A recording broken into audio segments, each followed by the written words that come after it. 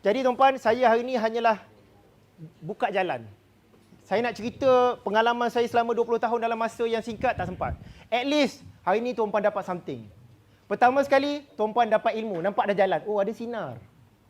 Tuan-puan dapat sinar cukup dah. Sebelum ni gelap, tak nampak jalan. Satu.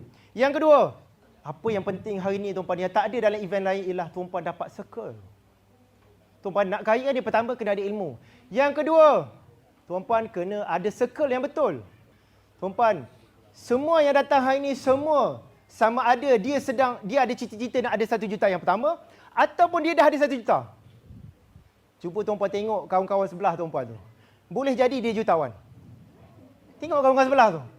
Tuan-puan, saya cakap berdasarkan pengalaman sebab jutawan ni tuan-puan dia obses. Dia obses dengan ilmu.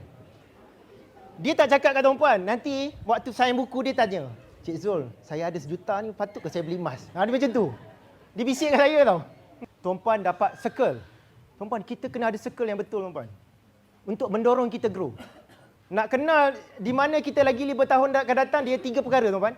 5 tahun akan datang, kehidupan kita ni berubah 3 perkara. Satu ialah apa buku yang kita baca. Yang kedua ialah dengan siapa kita berkawan rapat hari ini. Yang ketiga, apa impian hidup kita hari ini.